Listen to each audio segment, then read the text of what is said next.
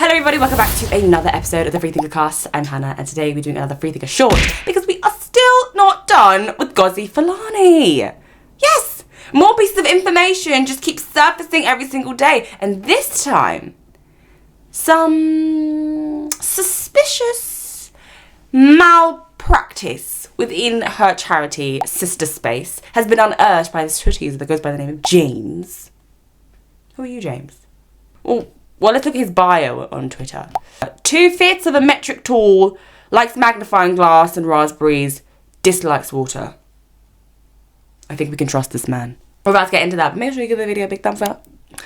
Comment your ideas down below, comment your thoughts, your Freethinker thoughts down below, subscribe if you haven't already, and share this video with all your friends. I do also just want to say thank you guys for saying so many positive comments about the way that I speak. Well, spokenness, being articulate, I appreciate that because most people, not most people, but if anyone ever does make a comment about the way that I speak, it's usually some snarky comment like, oh, you're posh. Or they say, oh, what school did you go to? I'm just like, I go to state school, like the rest of you. I'm actually in your class with you right now. I don't understand this. Right, not having a lot of money growing up is no excuse to sound like a chav. Read a book. I don't know, and it's classes to themselves. Are they saying that more people with more money than them are like better spoken? I don't understand. Like, there's no excuse. There's no excuse. There's no excuse. And they can like comment on my accent, but if I were to ever to do the same thing the other way around, that would be deeply offensive. Imagine if I was just like, well, I don't like the way that you speak. I think that you are inarticulate. I think that you use the word like way too much. And it's not to draw a simile or it's not as a connective to draw 2 meaningful sentences together. No, you use it to stall because you are stalling because you're collecting your thoughts. My guess is you don't have many of them. And you should probably subscribe to the Freethinker Cast because that'll probably help you think. Pick up a book. You're boring to listen to. Fam, bruv, innit fam, yeah, fam, bam, bam, bam, bam. Anyways, thank you guys for appreciating well-spokenness. Anyways, what we're going on? Sister Space, Sister Space, Sister Space, Sister Space, Sister Space, not Sister Space, because she's ethnic. So it's Sister, not Sister.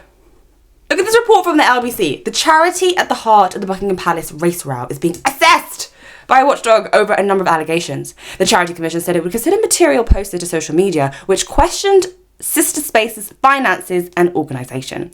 And that material posted to social media was James! He dislikes water! He did this type of like independent review on this Twitter. I'm going to link it below so you can read through the whole thread. It is damning. This whole report is damning for Sister Space. I'm going to go through the main tweets in this thread that really stood out to me the most. I'm going to start with the first issue that caught my attention in Sister Space. And this was when I noticed that the trustee annual reports were being signed off by senior members involved in the charity, posing as an independent examiner. Namely, Rosanna Lewis, or Roseanne Lewis, Rose Lewis, Leona Lewis, Rose Moata, or Roseanne Moata. It seems to me like she was like Rosanna Lewis, Roseanne Lewis, Rose Lewis. And she was, no, that's too white. It's not believable. We need to, we're Sister Space, not Sister Space.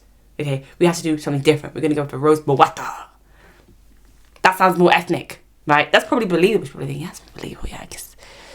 Yeah, if we're for Afro-Caribbean women, so it would make sense that one of them would be like an Afro-Caribbean. I don't know. Maybe that's the logic. I don't know. Something that stood out to James was that there was a 4,703% year-on-year increase in administrative expenses. This is a staggeringly high increase, and it did not correlate with any other part of the financial report. Oh, she's in trouble. Yeah. I'm thinking, what administrative expenses? You would think that there'd be one DV survivor or domestic violence survivor that would come out in defense of Sister Space. And no, this charity has really helped me. I've not found one. Where is this money going? Accounts are filed late, and when you've got £25,000 or more that's been donated, you need to get accounting. They didn't do that. Everything was like done in cash. That's really suspicious, especially because that's like Everybody knows, like, money launderers, they do everything in cash. They don't have any accounts. Okay, so one name that popped up often was Caroline Pigeon in the London Assembly on 11th of December 2020. Caroline was pushing the ambitions of Sister Space within the political sphere. Through this was to do with exceptionally high demands made by Sister Space during the pandemic. Caroline informed the London Assembly that Sister Space has seen a 300% increase in demand for its service since the start of the pandemic. This equates to a 1 year period. The only place the figure of 300% has ever been mentioned is within the trustee annual report, which would lead any rational person to suspect that this is where Caroline saw such information. Which is striking, however, is that this would be the same report where Sister Space professes a multitude of compliance failures in adhering to UK accounting standards. And you know what the thing is, it's so manipulative to take advantage of the fact that there's probably a significant increase in domestic violence situations in Britain, especially throughout the course of the pandemic. If you're at home with your partner all the time and you're in a relationship and you're subject to domestic violence, it would make sense that would increase, because now just your exposure to the person has increased. You're in a confined environment. Everybody was butting heads with family members and things when they were at home throughout the course of the pandemic. If this is true, if this 300% is made up just for the sake of exploiting more people for money, this is so evil. This is so wicked. And I cannot imagine the DV survivors that are going to hear things like this and just see this whole report. If the results come out and the report comes out concluding that she has been money laundering, she has been dishonest with her business practices, with her charity, she's screwed. In light of this reportedly fraudulent activity coming from Sister Space, we are doing a Where's Wally charity funds edition, because it is far easier to find Wally than where the hell these charity funds went. So the way this is going to work is we're going to try and find Wally. And if you find Wally, we're going to give money to a domestic violence charity. How's that? This isn't Wally's hat. This is a Santa hat. And it doesn't fit around my humongous East African head. His hat is actually red on where it's white and white where it's red. Okay? Ooh. And by the way, even if you donate like £1, it's more than what Ngozi Fulani gave. That's what I'm like. Where's Waldo? What the heck is Waldo? Have I been saying it wrong? Hang on a minute. Okay, so Wally was changed to Waldo for the North American releases. His name was also changed in many other countries outside of Britain. So I'm going to stick... Thank you, I thought I said that wrong. Yeah, so I'm going to stick to Wally, the British version, because, well, America is...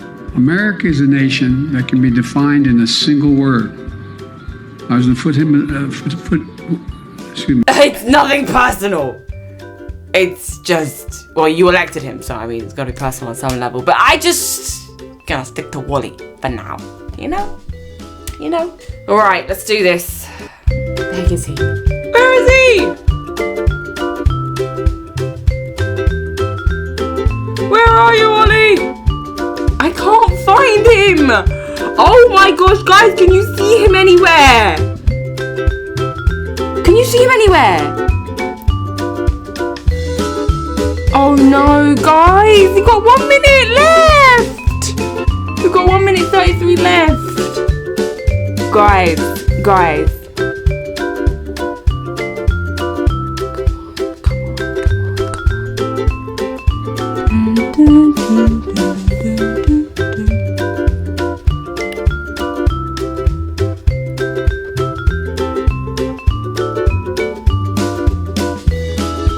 Where is it?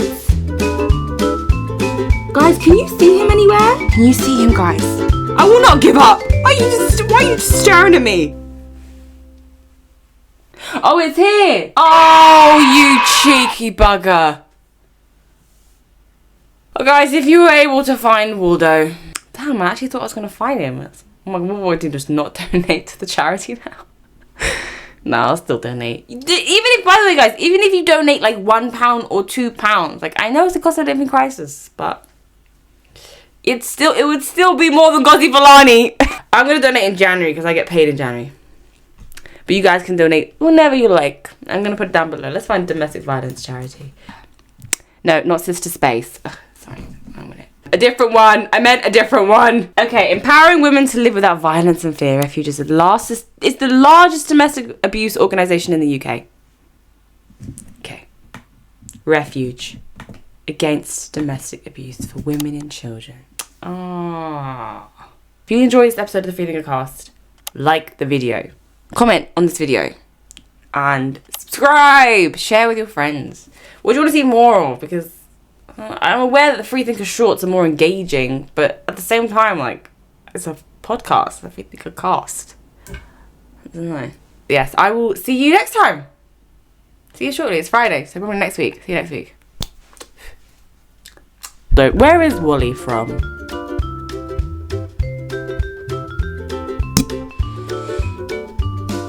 No, but like, where's he really from? Britain, Canada? Where did it start?